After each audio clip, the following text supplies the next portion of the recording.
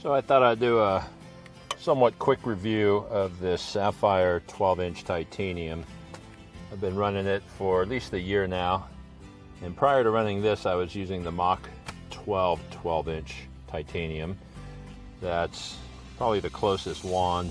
You could say it's its bigger baby brother, but quite a bit different shape in the head, totally different jet system, and this wand forces you to use a 2-inch vacuum hose coupler.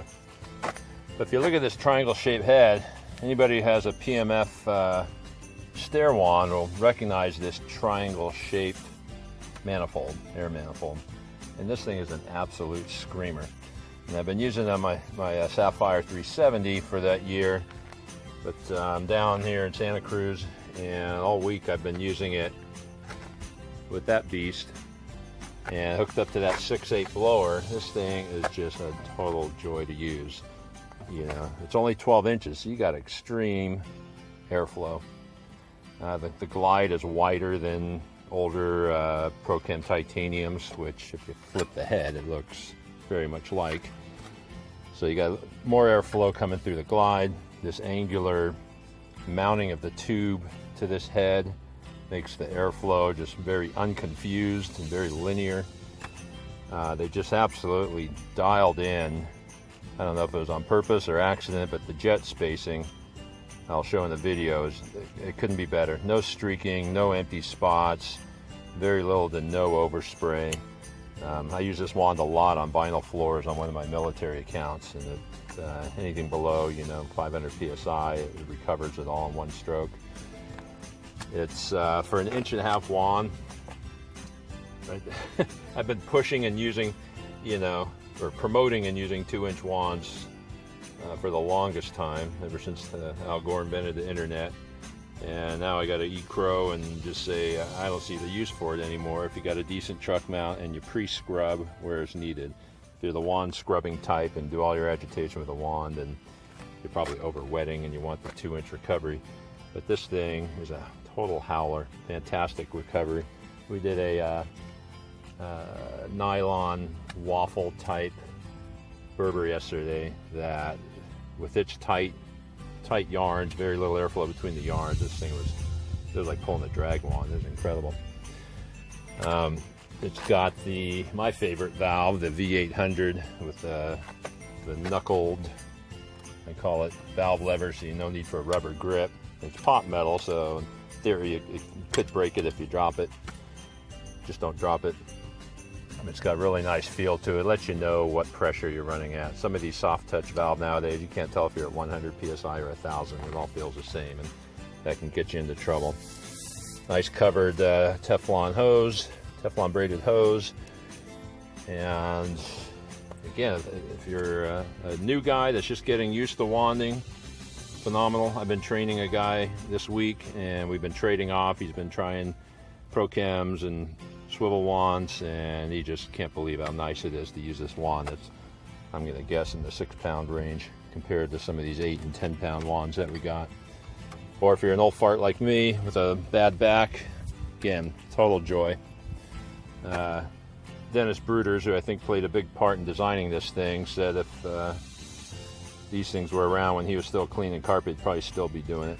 It really is nice to use. Very easy to flash or splash around, splash and dash, however you want to say it, sling around. There you go. But I've tried every wand out there. I think I'll take that back. The only one I haven't tried is this one's 14-inch version, which is the same head. I think it's 6 jets, same design, but in a 2-inch pipe. And I'm looking forward to trying that in Scottsdale. But I just have no use for a bigger wand like that anymore. Any big open rooms, I'm either using the zipper or a Cymex. So for residential, I've fallen in love with a 12-inch. Negatives, these damn things on this PMF grip. My guy whacked drywall today, of all things. This either needs to be rubber coated or a much smaller nut used. All this stuff should be rubber coated. It's just, it's out there, it gets banged around. And then the Y, this is a leftover style Y from the old, I think they're Stanley steamer Taiwans that had to use this to deal with the ergo grip. But if you look at a Pro Chem, this horseshoe ends about here, but this thing is just, you can see it's already bent. It's just prone to getting snagged on stuff. When you're wanding around corners and sliding the wand around, it snags, and there's no reason this thing needs to be that long. It's really the only negative. This wand, or the glide, is very unique, and if you look close, you'll see the wand head kind of cradles in there, so there's no side movement. There's no way this thing can move side to side like so many glides do. And no need to fill in the hole with goop or silicone. It just pops in very easily.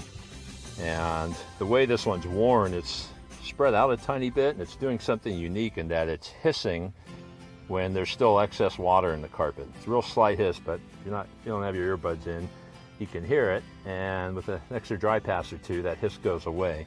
So it's a pretty cool little audible detector that I wish they could build that permanently into most wands, because it lets people know when there's too much water in there. It's pretty neat. I'm afraid to mess with this thing, and it's not that it's wobbling or anything. This is something that developed over time, so it seems it's wear related. And this is a round glide, so it's you can see it's getting messed up from tack strip and whatnot, and it's getting a little flatter with age. And that's also another thing different from the Mach 12 is they use a flat glide. They've experimented with their two-piece and making round, but the things are so expensive to produce, they haven't done it yet. The Mach 12 uses a one-piece bar, and has a bigger manifold. It's just an overall bigger head that stands up a little taller, and it's an 1.5 inch hose connector. Same valve, same wonderful PMF tube. We've been using some off-brand titanium wands that not only do they S-bend, but they bend to the side. It seems like they're made in Saltillo, Mexico, and bent over somebody's knees. They're so out of alignment, it really makes them hard to push. I didn't even know what the retail price for this wand was. It was a gift from Sapphire, so I looked it up on John Don, and it's almost $1,200. And yeah, that's a chunk of money, but any tool that you use every day, all day, is certainly worth that, just like the Devastator wands.